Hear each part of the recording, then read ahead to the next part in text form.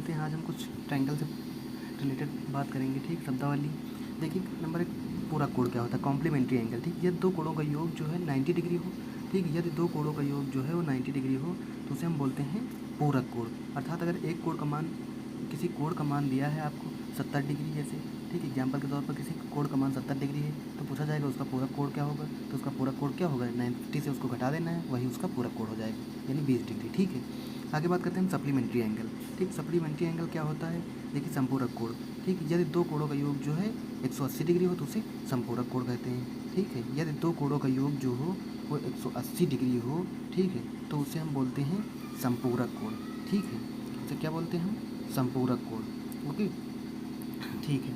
देखिए उसके बाद आसन्न कोण क्या होते हैं। ठीक, एडजेसेंट एंगल। ठीक, तो आसन्न कोण, देखिए आसन्न कोण क्या होते हैं। ठीक, दो कोणों को, ठीक है, आसन्न कोण कहते हैं यदि उनका शीर्ष जो है एक ही बिंदु हो। ठीक, उनका शीर्ष जो है एक ही बिंदु, आसन्न मतलब होता है समान, ठीक है, पास पास। ठीक, उनकी एक उभयनिष्ठ भुजा हो और एक कोण की दूसरी भुजा उभयनिष्ठ भुजा की एक ओर हो। ठीक है, और दूसरे कोण की दूसरी भुजा उभयनिष्ठ भुजा की दूसरी ओर हो। ठीक है, जैसा कि चित्र में आपको दिखाया गया है। ठीक, तो इसे बोलते हैं हम आसन्न कोण, अर्थात पी ओ क्यू। ठीक है, पी ओ क्यू जो है और क्यू ओ आर, ये दोनों जो है आपस में आसन्न कोण है, यानी समान है। ठीक, मतलब समान नहीं है, मतलब पास पास में है। ठीक, तो इसी को हम बोलते हैं आसन्न कोण। ठीक है, उसके बाद आता है रेखा युग्म कोण।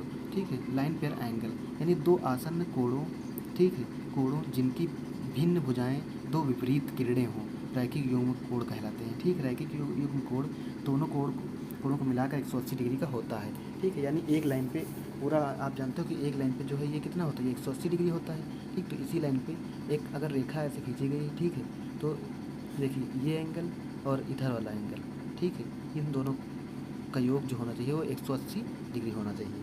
ठीक है, आगे देखते हैं हम। देखिए शीर्षाभिमुख कोण क्या होता है। शीर्षाभिमुख कोण जो जानते हो, ठीक, आप ये आमने सामने के कोण जो होते हैं वो होते हैं शीर्षाभिमुख कोण, और ये आमने सामने के कोण जो होते हैं, जैसे ये एंगल इस एंगल के बराबर है, ठीक, और ये एंगल इस एंगल के बराबर है। ठीक, तो ये आमने सामने के कोण जो होते हैं ये बराबर होते हैं आपस में। ठीक है, आमने सामने के कोण जो हैं ये आपस में बराबर होते हैं। ठीक है, उसके बाद हम बात करते हैं, देखिए परपेंडिकुलर लंब, ये जानते हो आप। ठीक, परपेंडिकुलर बाइसेक्टर क्या होता है, लंब समद्विभाजक। ठीक, परपेंडिकुलर बाइसेक्टर जो होता है, देखिए अगर हम किसी भुजा पर, ठीक, किसी भुजा पर एक हम भुजा डालें और वो 90 डिग्री पर अगर मिले, 90 डिग्री का एंगल बनाए तो उसे हम बोलते हैं परपेंडिकुलर बाइसेक्टर। ठीक, 90 डिग्री बनाएं और आपस में सामने वाली भुजा को, जिस पे हम लंब छोड़ें, सामने वाली भुजा को दो बराबर भागों में बांटे, यानी दो बराबर भागों में बांटे, यानी ये ए डी की लेंथ जितनी है उतनी ही डी बी की लेंथ होनी चाहिए। ठीक है, दो बराबर भागों में अगर बांट रहा है तो उसे हम बोलते हैं परपेंडिकुलर बाइसेक्टर, यानी लंब समद्विभाजक। जैसा ही नाम से ही स्पष्ट है, लंब समद्विभाजक, लंब डालें और दो समान भुजा सामने वाली भुजा को दो समान भागों में बांट दें। ठीक है, चलते हैं आगे। देखिए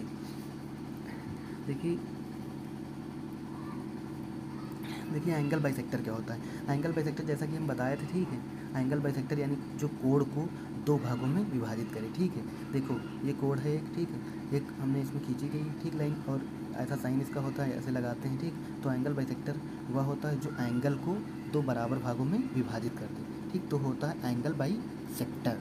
ठीक है, एंगल बाइसेक्टर। ठीक है, ओके, कोई प्रॉब्लम यहाँ तक?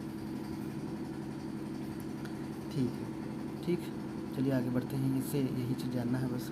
ठीक, देखिए आगे देखिए, यहाँ पे देखिए 4 नंबर, ठीक है, यहाँ से देखिए अंतः कोणों का अर्धक एक दूसरे को 90 डिग्री पर काटता है।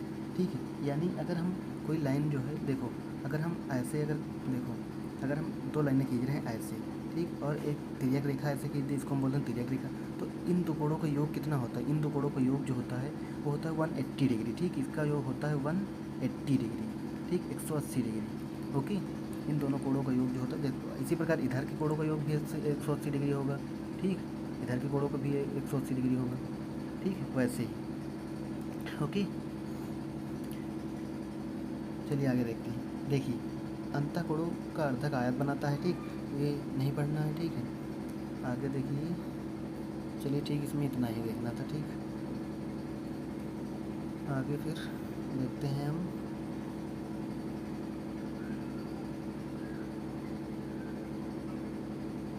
देखिए रेगुलर पॉलीगॉन क्या होता है। देखो रेगुलर पॉलीगॉन यानी सम बहुभुज, यानी जिसकी भुजाएं जो होती हैं समान हो। ठीक है, रेगुलर पॉलीगॉन क्या होता है, समबाहुभुज, यानी जिसकी जैसे षटभुज हो गया, ठीक है, समबाहु त्रिभुज हो गया, वर्ग हो गया, देखो इनकी भुजाएं जो आपस में बराबर हैं, ठीक है, तो इसे ही हम बोलते हैं रेगुलर पॉलीगॉन यानी समबाहुभुज, ठीक है, इसे हम बोलते हैं समबाहुभुज। उसके बाद आता है नॉन रेगुलर पॉलीगॉन यानी विषम बहुभुज, यदि किसी बहुभुज की कोई भी भुजा जो है बराबर नहीं हो तो वह बहुभुज विषम बहुभुज कहलाता है। ओके, तो उसे हम क्या कहते हैं, विषम बहुभुज, ठीक है। देखिए आगे देखिए, इधर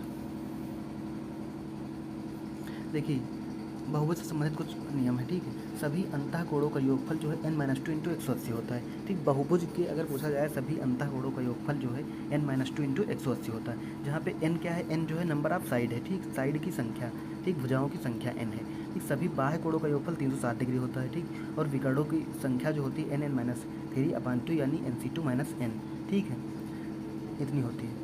ओके, देखिए ओके, उसके बाद बहुभुज के शीर्ष कोणों का योगफल जो होता है वो होता है n-4 इंटू 180, ठीक, n-4 इंटू 180। देखिए इसमें शीर्ष कोण क्या होगा, जैसे देखिए शीर्ष कोण होता है आपका, देखिए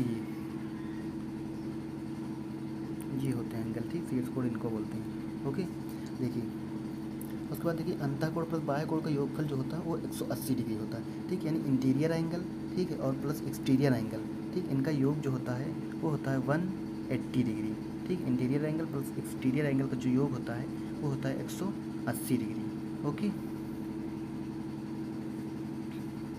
चलिए उसके बाद आगे देखिए बाह्य कोण यानी कि अंतः कोण प्लस बाह्य कोण यानी interior angle plus exterior angle 180 degree हो जाएगा, तो यहीं से क्या हो जाएगा, यहीं से बाह्य कोण भी निकाल सकते हो तुम, 180 डिग्री मैंने अंतः कोण उधर भेज दोगे, ठीक, वैसे ही बिल्कुल है, ठीक है। और देखो प्रत्येक n भुजाओं वाले समबाहु के लिए प्रत्येक अंतः कोण, अगर प्रत्येक अंतः कोण हमको निकालना, अभी हमने बताया था कि अंतः कोणों का योगफल क्या होता है n-2 इंटू 180 डिग्री, तो अगर भुजाओं से हम डिवाइड कर देंगे, ठीक है, भुजाओं से डिवाइड कर देंगे तो क्या आ जाएगा, जब भुजाओं से हम डिवाइड कर देंगे तो हमारा आ जाएगा एक कोण का मान, ठीक, तो प्रत्येक अंतः कोण का मान यानी एक कोण का मान अगर हमको निकालना है अंतः कोण का मान तो निकलेगा n-2 इंटू 180/n, ठीक है। तो ये था आज का कॉन्सेप्ट, ठीक, और इसी पे बेस हम कल क्वेश्चन कराएंगे। ओके, इसी पे बेस हम कल क्वेश्चन कराएंगे, ठीक है।